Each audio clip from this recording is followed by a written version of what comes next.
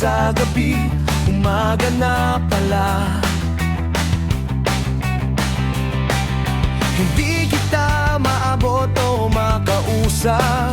Sana ay mabuhay ang sahig na ito at isalaysay ang kwento.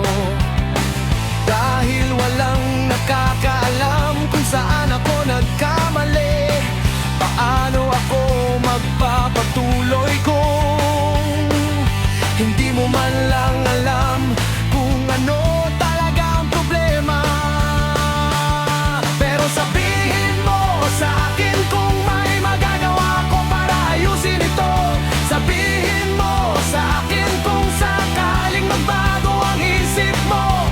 Hindi ko maipapangakong maghihintay ako, pero para sa iyo handa kong iwanan ng lahat.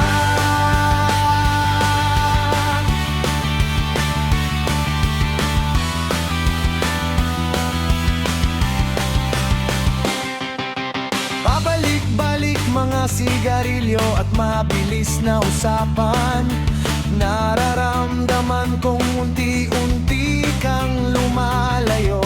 Hindi ko maintindihan na mga dahilan kung bakit aalis ka. Dahil mahal na mahal mo